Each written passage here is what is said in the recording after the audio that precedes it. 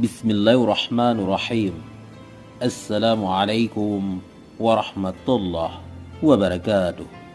Kembali lagi di channel Pena Pencari Hikmah. Kali ini kita akan bahas penjelasan tentang keluar dari neraka.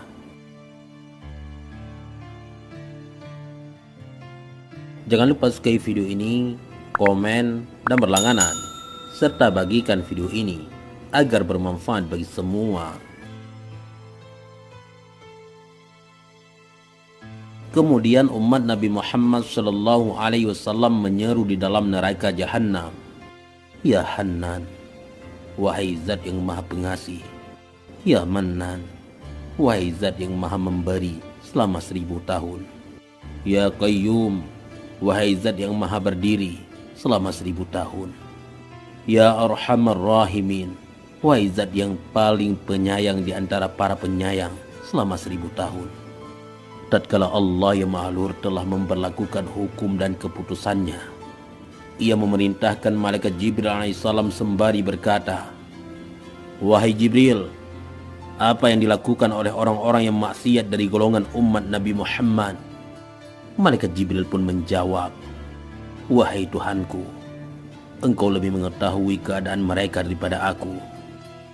Lalu Allah berkata, "Pergilah dan lihatlah bagaimana keadaan mereka."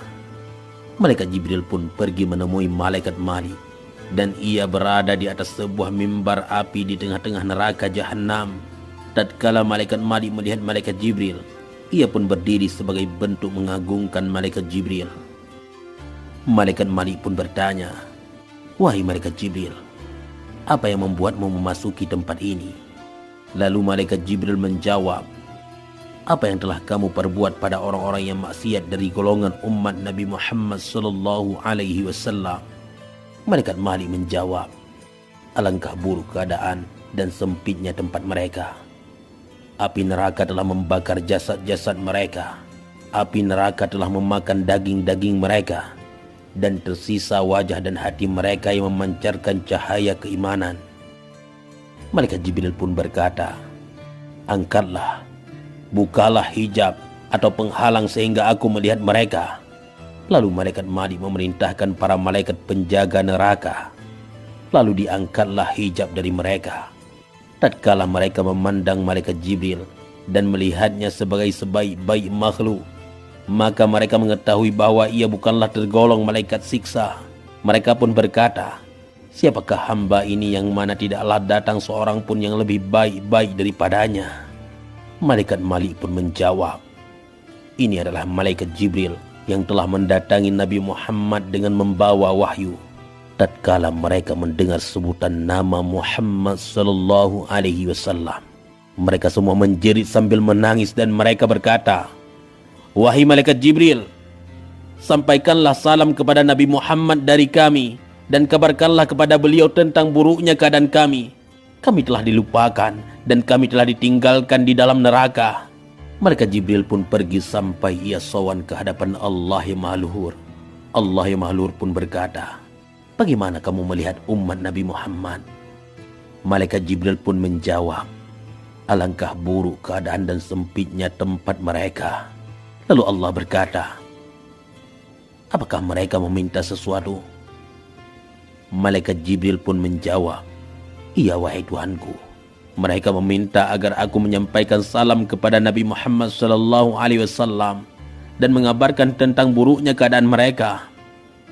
Allah pun berkata, "Pergilah dan sampaikan salam itu." Malaikat Jibril alaihissalam pun pergi menemui Nabi Muhammad dalam keadaan menangis. Sedangkan Nabi Muhammad di dalam surga berada di bawah pohon Tuba, di dalam tenda yang terbuat dari dur atau mutiara putih. Tenda itu memiliki 4000 pintu. Setiap pintu terdapat 2 daun pintu. 1 daun pintu dari emas dan 1 daun pintu dari perak putih. Apa yang membuatmu menangis wahai saudaraku, wahai malaikat Jibril? Malaikat Jibril menjawab, "Wahai Nabi Muhammad, jika kamu melihat apa yang aku lihat, maka pasti kamu akan menangis lebih keras daripada tangisanku. Aku telah mendatangi orang-orang yang maksiat dari umatmu, yaitu orang-orang yang disiksa. Mereka menitipkan salam kepadamu.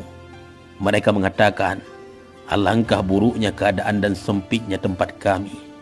Dan mereka menjerit meminta tolong, wahai Nabi Muhammadku. Kemudian malaikat Jibril berkata, dengarlah jeritan mereka. Mereka mengatakan, wahai Nabi Muhammadku.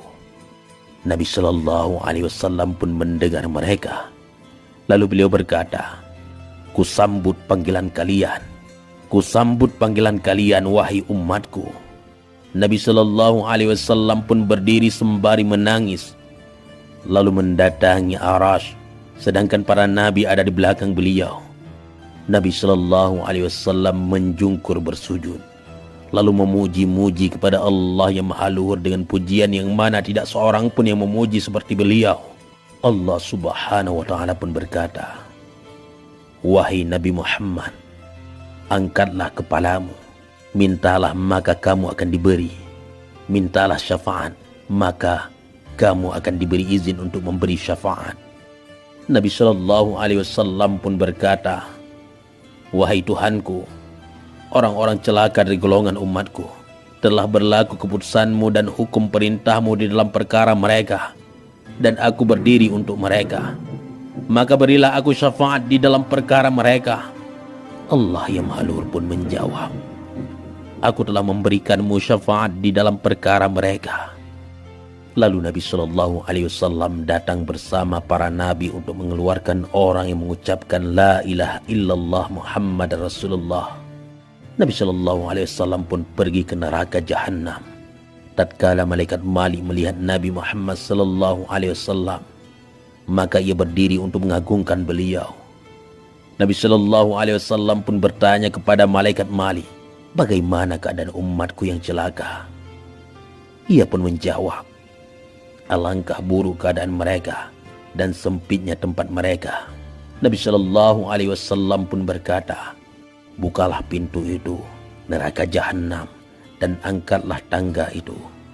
Tatkala penghuni neraka atau umat melihat Nabi Muhammad Shallallahu Alaihi Wasallam, maka mereka semua menjerit, wahai Nabi Muhammadku, api neraka telah membakar kulit-kulit dan daging-daging kami.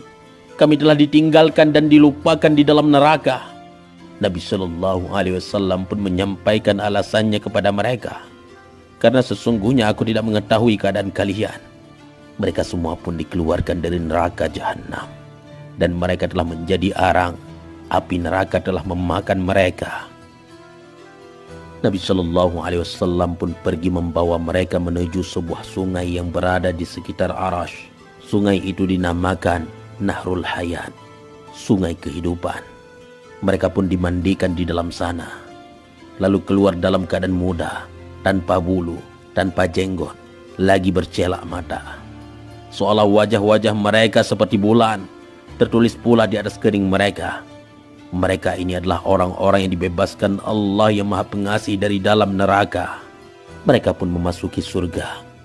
Lalu mereka merasa dikucilkan di dalam surga. Mereka pun memohon kepada Allah untuk menghapus tulisan itu dari mereka. Lalu Allah pun menghapusnya dari mereka. Lalu tatkala penghuni neraka atau orang kafir melihat bahwa orang-orang Islam telah dikeluarkan dari dalam neraka, mereka berkata, andai kami adalah orang-orang Islam dan kami dikeluarkan dari neraka. Itu adalah firman Allah yang Maha Luhur. Rubama yawaddul ladzina kafaru law kanu muslimin. Orang-orang yang kafir itu seringkali nanti di akhirat menginginkan kiranya mereka dahulu di dunia menjadi orang-orang muslim. Diriwayatkan dari Nabi Shallallahu Alaihi Wasallam bahwa sesungguhnya beliau bersabda, akan didatangkan maut atau makhluk bernama maut atau kematian di hari kiamat seperti domba yang sangat garang. Lalu dikatakan, wahai penghuni neraka, apakah kalian mengerti domba garang ini? Mereka pun menjawab, iya. Lalu mereka melihat dan mengetahui bahwa domba garang itu adalah maut atau kematian. Dan dikatakan lagi, wahai penghuni neraka, apakah kalian mengerti domba garang ini? Mereka pun menjawab, iya. Lalu maut itu disembelih di antara surga dan neraka. Kemudian dikatakan, wahai penghuni neraka, selamanya dan tidak ada kematian di dalam neraka. Wahai penghuni neraka, selamanya dan tidak ada kematian di dalam neraka. Maka demikian itu adalah firman Allah yang maha luhur. Wa anzirhum yawmal hasrati idza qudiyal amru wa hum fi ghaflati wa hum la yu'minun. Dan berilah mereka peringatan tentang hari penyesalan, yaitu ketika segala perkara telah dihapus, yaitu ketika segala perkara telah diputus, dan mereka dalam kelalaian, dan mereka tidak pula beriman. Di dalam kabar, tatkala neraka jahanam didatangkan, maka terdengarlah jeritan. Lalu setiap umat berlutut di atas lutut mereka karena takut dan bingung. Dan itu adalah firman Allah yang maha luhur. Wa tara kulla ummatin jathiyah, kulla ummatin tud'a ila kitabihal yawma tujzauna ma kuntum ta'malun. Dan pada hari itu, kamu lihat tiap-tiap umat berlutut. Tiap-tiap umat dipanggil untuk melihat buku catatan amalnya. Pada hari itu kamu diberi balasan terhadap apa yang telah kamu kerjakan. Lalu tatkala mereka melihat neraka dan mendengarkan jeritannya, sebagaimana Allah yang maha luhur berfirman, idza ra'athum min makanin ba'idi sami'u laha taghayyuzan wa zafira. Apabila neraka itu melihat mereka dari tempat yang jauh, mereka mendengar kegeramannya dan suara nyalanya. Dari perjalanan 500 tahun, maka setiap orang mengatakan, diriku, diriku. Bahkan sampai Al-Khalil Nabi Ibrahim alaihissalam, Al-Kalim Nabi Musa alaihissalam, kecuali Al-Habib Nabi Muhammad sallallahu alaihi wasallam. Maka beliau mengatakan, umatku, umatku. Tatkala neraka jahanam telah didekatkan, maka beliau berkata, wahai api neraka, demi hak orang-orang yang sholat, demi hak orang-orang yang bersedekah, demi hak orang-orang yang khusyuk, dan demi hak orang-orang yang sabar, maka kembalilah. Namun api neraka tidaklah kembali. Lalu malaikat Jibril alaihissalam berkata kepada neraka jahanam, demi hak orang-orang yang bertobat, air mata dan tangisan mereka atas dosa-dosa, maka kembalilah. Lalu api neraka pun kembali. Lalu didatangkanlah air mata orang-orang yang maksiat, kemudian disiramkan ke api neraka, maka matilah api neraka itu, sehingga ia menjadi seperti api dunia yang mati, sebab air dan debu. Di dalam khabar, tatkala para makhluk dikumpulkan di dalam mahsyar, dan didatangkan neraka jahanam kepada mereka dalam keadaan terbuka pintu-pintunya, api neraka pun mengiringi penghuni mahsyar dari sisi depan, sisi kanan, dan sisi kiri mereka. Mereka pun memohon pertolongan kepada Nabi Shallallahu Alaihi Wasallam dan kepada malaikat Jibril Alaihissalam. Lalu Allah berkata, wahai Nabi Muhammad, janganlah takut, kibaskan debu kepalamu. Beliau pun mengibaskan. Lalu Allah menjadikan debu kepala beliau sebagai mendung hujan yang berhenti di atas kepala orang-orang mukmin. Lalu Allah berkata, wahai Nabi Muhammad, kibaskanlah debu jenggotmu. Beliau pun mengibaskan. Lalu Allah menjadikan debu jenggot beliau sebagai tutup atau penghalang di antara mereka dan di antara api neraka. Kemudian Allah memerintahkan beliau untuk mengibaskan debu dari tubuh beliau. Beliau pun mengibaskan. Lalu Allah yang maha luhur menjadikan debu dari tubuh beliau sebagai karpet atau hamparan di bawah telapak kaki mereka, dan mencegah mereka dari api neraka ladha, lantaran berkah Nabi Muhammad sallallahu alaihi wasallam. Telah datang di dalam kabar, didatangkan seorang hamba di hari kiamat. Unggullah amal-amal buruknya melebihi amal-amal baiknya. Malaikat pun diperintahkan membawanya ke dalam neraka. Lalu berkatalah sehelai bulu dari bulu-bulu kedua matanya, dan bulu itu mengatakan, wahai Tuhanku, sesungguhnya Rasulmu Nabi Muhammad SAW bersabda, dimanapun mata yang menangis karena takut kepada Allah yang maha luhur, maka ia mengharamkan pada neraka. Maka sesungguhnya aku pernah menangis karena takut kepadamu, maka selamatkanlah aku dari neraka. Lalu Allah yang maha luhur pun mengampuni hamba itu dan menyelamatkannya dari neraka sebab berkah tangisnya karena takut kepada Allah di dunia. Kemudian menyerulah zat yang menyeru, Fulan bin Fulan, telah selamat sebab berkah sehelai bulu. Wallahu a'lam bissawab. Mudah-mudahan ini semua bermanfaat.